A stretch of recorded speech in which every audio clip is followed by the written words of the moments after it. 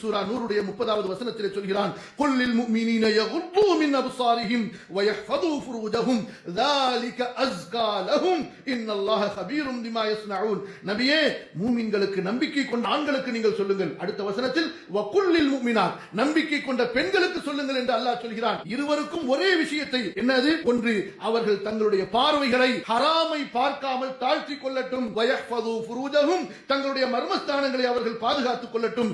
இதுதான் அவர்களுடைய உள்ளம் சுத்தமடைவதற்கு மிக நெருக்கமான வழி.